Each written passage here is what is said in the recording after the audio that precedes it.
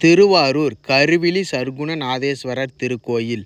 இக்கோயிலில் குடிகொண்டுள்ள தெய்வங்களை வணங்கும் பேறு பெற்றவர்கள் இனி எந்த ஒரு கருவிலும் பிறக்க வேண்டிய தேவையில்லை என்கின்ற வரம் கிடைக்கும்.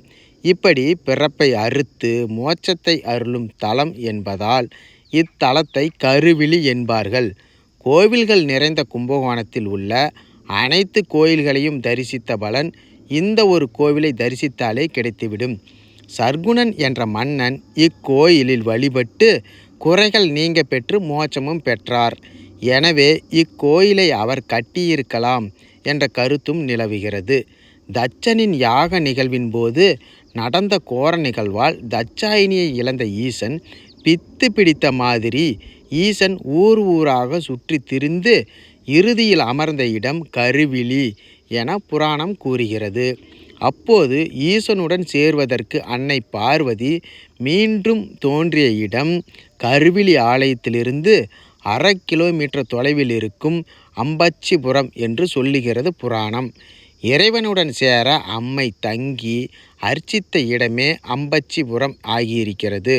முப்புறமும் எரித்த ஈசன் ஆனந்த களிப்பில் கொடுகொட்டி என்ற ஆட்டத்தை இத்தலத்தில் நிகழ்த்தினார். எனவே இக்கோவில் கொட்டிடை என்று அழைக்கப்படுகிறது. கிழக்கு நோக்கி வீற்றிருக்கும் சர்வாங்க சுந்தரியின் அழகை வர்ணிக்க வார்த்தைகளே இல்லை. அதி அற்புதமாக விளங்குகிறாள். ஈசனுடன் பார்வதி இணைந்த தலம் ஆதலால் திருமண தடை நீங்கும் பரிகார தலமாக விளங்குகிறது.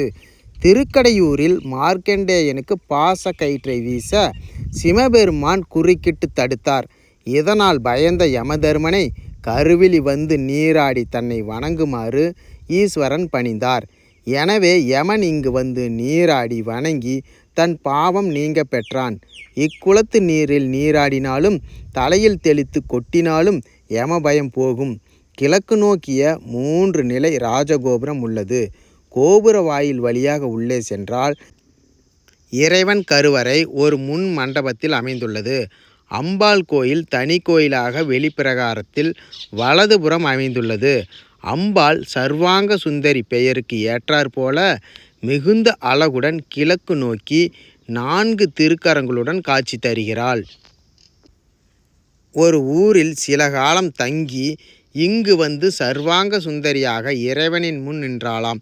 இவளை தரிசித்த இளம்பெண்களின் கல்யாணம் உடனே ஆகிவிடுகிறது என்றும் குழந்தை இல்லாதவர்களுக்கு குழந்தை பிறக்கிறது என்றும் சொல்கிறார்கள்.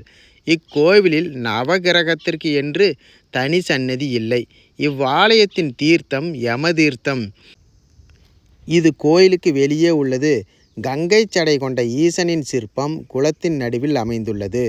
சர்க்குணன் எனும் அரசன் பூசித்து பிறவி கடலை கடந்த தலமாதலால் சர்க்குணேஸ்வரபுரம் என்று இத்தலத்திற்கு மற்றொரு பெயரும் உண்டு.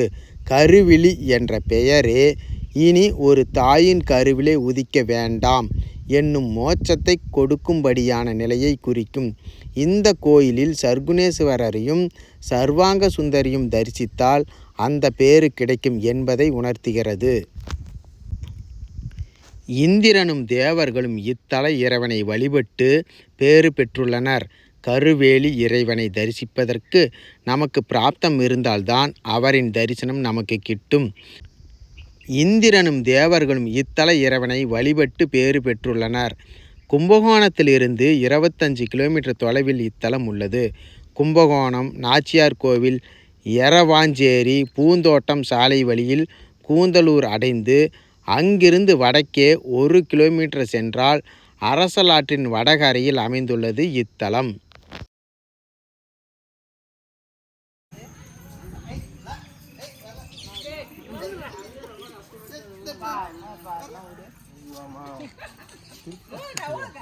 போன்ல இருக்கும் பாரு, அந்த ஊருக்கு தான் அது.